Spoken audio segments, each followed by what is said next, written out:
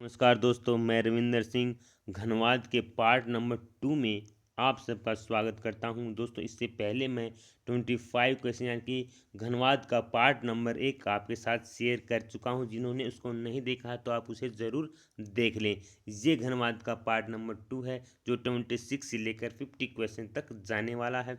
दोस्तों, इस वीडियो को शुरू करते हैं। वीडियो शुरू करने से पहले सेम ऑफ ऑल, यदि आपने चैनल को सब्सक्राइब नहीं किया है तो आप चैनल को सब्सक्राइब कर लें और बेल आइकन दबाएं ताकि मेरे हर नए वीडियो की जानकारी आप तक सबसे पहले पहुंच सके। तो चलिए दोस्तों, पिछली वीडियो में हमने देखा था कि पिकासो का जो दोस्तों ब्लू पीरियड हमने पढ़ा था।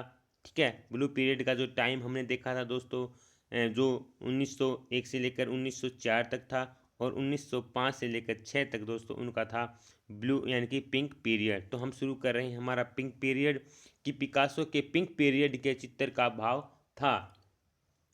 तो जो पिकासो का जो पिंक पीरियड था दोस्तों, उसका भाव था निराशा एवं समर्पण। ठीक है, तो इस काल के चित्रों में भांड का परिवार, नट का गोला और नट व परिवार दोस्तों ये 1905 और 6 के बीच के चित्र हैं। अगर कभी कालक्रम में चित्रों के कालक्रम में पूछ ले जाएं तो आप जिसको आप जरूर ध्यान रखें, क्योंकि ये पिकासो के पिंक पीरियड के समय के चित्र हैं जो 1905 से लेकर 1906 तक था।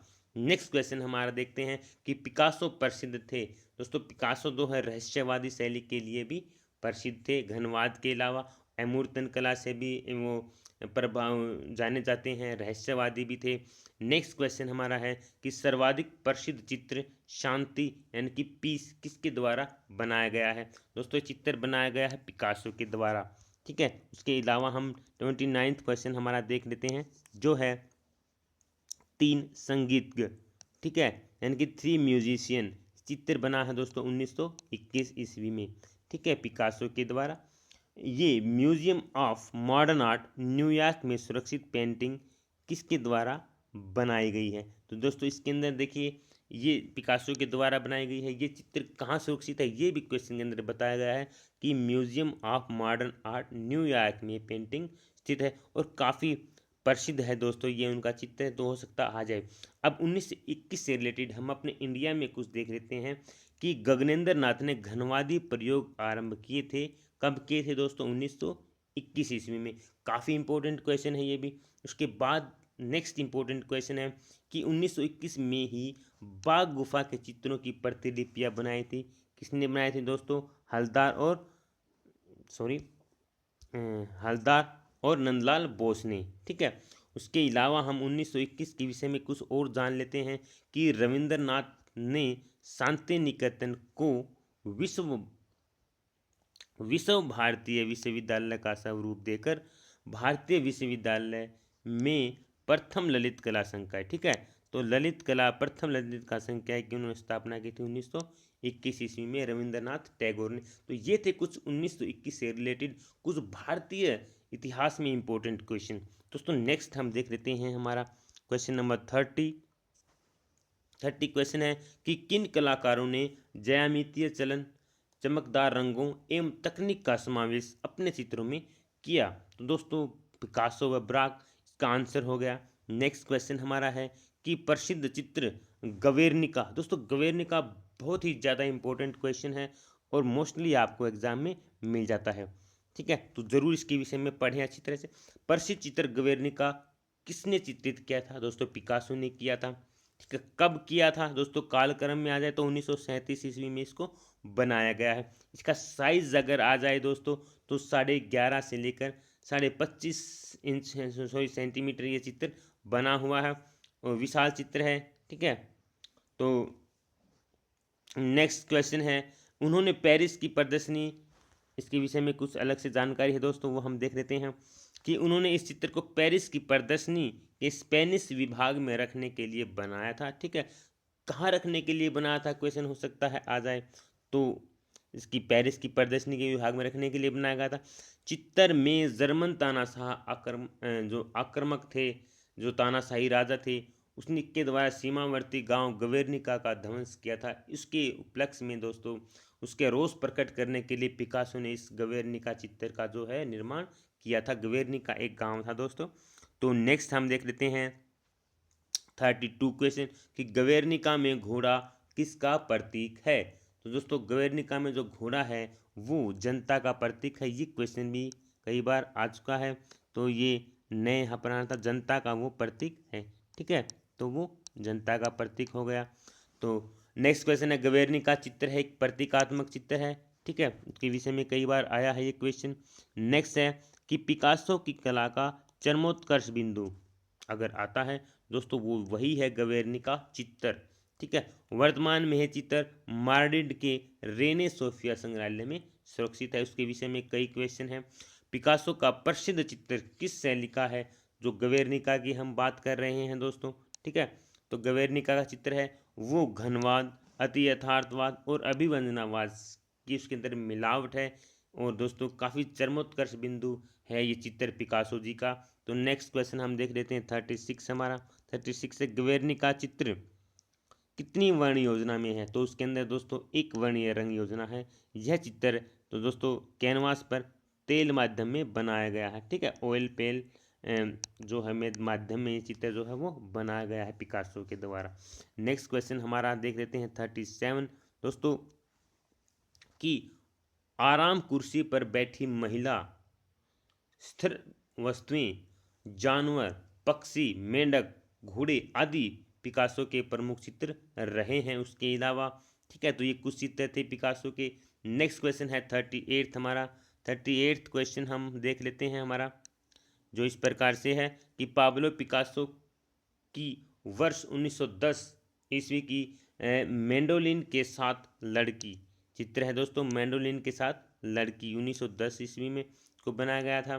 ठीक है, गर्ल विद ए मैंडोलिन और फनी टेलर तेल चित्र सुरक्षित है। कहाँ सुरक्षित हैं दोस्तों, ये museum of modern art New York में चित्र जो है सुरक्षित हैं। और यदि हम इंडिया की बात करें कि अजंता के रंग भित्ति चित्रों की प्रतिलिपियाँ एस.एन. गुप्ता, वेंकटप्पा, नंदलाल बोस, एम हलदार ने भी 1910 ईस्वी में तैयार की थी। तो 1910 और 1910 से रिलेटेड तक कुछ क्वेश्चन है। यदि आपको ये वाला क्वेश्चन याद है डेट वाला इंडियन वाला, तो उसको भी हम आराम से याद कर सकते हैं। मैंडोलिन के साथ लड़की ये चित्र पाब्लो पिकासो का काफ़ी फेमस है दोस्तों। ठीक है, नेक्स्ट क्वेश्चन हम देख लेते हैं हमारा 39 जो क्वेश्चन है दोस्तों वो इस प्रकार से है कि पिकासो ने अपने किस चित्र के साथ कैनवस पर रेत के साथ तेल का प्रयोग किया था। तो दोस्तों वो था मैंडोलिन एंड गिटार। ठीक है, तो ये था इसका answer, mandolin and guitar. Next question हमारा है कि घनवादी कला आकृतियों को किस रूप में देखते हैं। तो घनवादी कला को तो घन एवं शंकु के रूप में वो देखते हैं। और घन की दोस्तों 6 सतह होती हैं। आता है घनवाद के कितने प्रकार का घनवाद दोस्तों, 2 प्रकार का। काफ़ी इंपॉर्टेंट है और कई बार क्वेश्चन पूछा भी गया है। ठीक है, तो एक तो था दोस्तों विश्लेषणात्मक घनवाद, दूसरा है विश्लेषणात्मक जो घनवाद उसका टाइम दोस्तों 1908 ईस्वी से 1912 ईस्वी तक रहा है। इसका टाइम अगर पूछ लिया जाए तो। नेक्स्ट सेकंड क्वेश्चन हमारा है कृत्रिम घनवाद। कृत्रिम घनवाद का जो टाइम रहा है 1912 से 1919 तक रहा है। तो दोनों के नाम हो गए, दोनों का टाइम पीरियड फिक्स है, तो आप ज़रूर याद करें। नेक्स्ट क्वेश्चन हमारा है इसी से विश्लेषणात्मक घनवाद जो 1908 से 1912 तक था की विशेषता थी क्या थी। प्रकृति रूपों का विश्लेषण किया इसके अंदर, और इन रूपों पर 2 आयामी चित्रपटल यानी कि लंबाई और चौड़ाई पर बुनियादी ज्यामितीय भागों पर उन्होंने कार्य किया था। तो ये थी विश्लेषणात्मक घनवाद की विशेषताएं। नेक्स्ट हमारा क्वेश्चन है वो है कि कृत्रिम घनवाद जो 1912 से लेकर 1919 तक रहा है उसकी विशेषता क्या थी। ये क्वेश्चन यदि आता है दोस्तों तो हम देख लेते हैं। इसमें कला के कार्य में एक महत्वपूर्ण घटक के रूप में कोलाज सामग्री, ठीक है, कोलाज सामग्री को प्रचलित किए जाने की शुरुआत की, यानी कि 2 आयामी से 3 डायमेंशनल बनाने की इसके अंदर कोशिश की गई। कोलाज प्रवृत्ति जो है इसके अंदर जो 1912 ईस्वी में जो कोलाज जो है वो बनने आरंभ हो गए थे। सॉरी अब हम इंडियन हिस्ट्री के विषय में देख लेते हैं। यहाँ पर क्या था कि रविंद्रनाथ ने शांति निकेतन में कला भवन की स्थापना 1919 में की थी। ठीक है, तो इसको हम याद कर सकते हैं 1919 में। उसके बाद नेक्स्ट बनता है कि रूपम नामक कला पत्रिका का प्रकाशन भी 1919 में किया गया था। तो ये कला प्रकाशन दोस्तों किसके द्वारा किया गया था, तो आप ज़रूर कमेंट सेक्शन में लिखें। ठीक है, ये 3-4 क्वेश्चन है जो काफ़ी इंपॉर्टेंट है। अब हम नेक्स्ट क्वेश्चन हम देख लेते हैं हमारा 45 क्वेश्चन हमारा है विवस्त्र स्त्री। ठीक है, जो 1908 का चित्र है। ठीक है, ब्रॉक के द्वारा बनाया गया घनवाद का चित्र है। तो ये भी काफ़ी फेमस चित्र है उनका। घनवाद की दिशा में ब्रॉक का ये प्रथम चित्र है, इसलिए ये ज़्यादा इंपॉर्टेंट है दोस्तों। हो सकता है कभी आपको देखने को मिल जाए। नेक्स्ट क्वेश्चन है कि मुर्गा किस कलाकार की कृति है या मूर्ति है। ठीक है, ये मूर्ति है दोस्तों मुर्गा। वैसे एक मुर्गा चित्र है दोस्तों M.F. हुसैन का भी है। ठीक है, तो वो देखना, वो चित्र है, ये मूर्ति है। तो दोस्तों ये पिकासो के द्वारा बनाई गई मूर्ति है। इसके अलावा दोस्तों एक मजाकिया, धातु की रचना, बिल्ली, बकरी, भेड़ वाला आदमी आदि पिकासो की कुछ अन्य मूर्ति शिल्प हैं। तो भेड़ वाला है, बकरी, बिल्ली, धातु की रचना, मजाकिया। तो इसके अंदर मजाकिया काफ़ी इंपॉर्टेंट है। हम चलते हैं आगे, हमारा नेक्स्ट क्वेश्चन देखते हैं 47th क्वेश्चन हमारा है कि कोलाज का आविष्कार किसने किया। दोस्तों काफ़ी इम्पोर्टेंट क्वेश्चन है दोस्तों। इसके अंदर पिकासो नहीं, मेरे हिसाब से यहाँ पर ब्रॉक आना चाहिए था। ठीक है, ब्रॉक, ये राइटिंग में मुझसे मिस्टेक हुई है। तो कोलाज का जो आविष्कार है वो ब्रॉक को माना जाता है। आप इसके विषय में अपनी राय कमेंट सेक्शन में ज़रूर लिखें। ठीक है, तो नेक्स्ट क्वेश्चन हम देख लेते हैं हमारा कि एविंगन सुंदरियाँ यानी कि अवनियों की सुंदरियाँ चित्रित किया था पिकासो ने, यहाँ पीछे देख चुके थे। नेक्स्ट क्वेश्चन हमारा परिप्रेक्ष्य की दृष्टि से हमें घन के कितने पक्ष दिखाई देते हैं। दोस्तों परिप्रेक्ष्य की दृष्टि से घन के हमें 3 जो हैं वो पक्ष दिखाई देते हैं। नेक्स्ट क्वेश्चन हमारा है कि किसी घन की चित्रित ज्यामितीय आकृति को क्या कहते हैं। तो उसको क्यूबिज्म बोलेंगे दोस्तों, घनवाद बोलेंगे। ठीक है, घनवाद में अनेक आयाम होते हैं, क्योंकि कलाकृति में बहुआयामी आकृतियों को ही घनवाद कहते हैं, इसलिए वहाँ पर बहुत ज़्यादा जो है वो आयाम होते हैं। तो दोस्तों ये था इस वीडियो का लास्ट क्वेश्चन, और इसी क्वेश्चन के साथ मैं आपसे विदा लेना चाहूँगा। यदि आपको कुछ नई जानकारी मिली है तो आप चैनल को सब्सक्राइब और लाइक करना ना भूलें। धन्यवाद।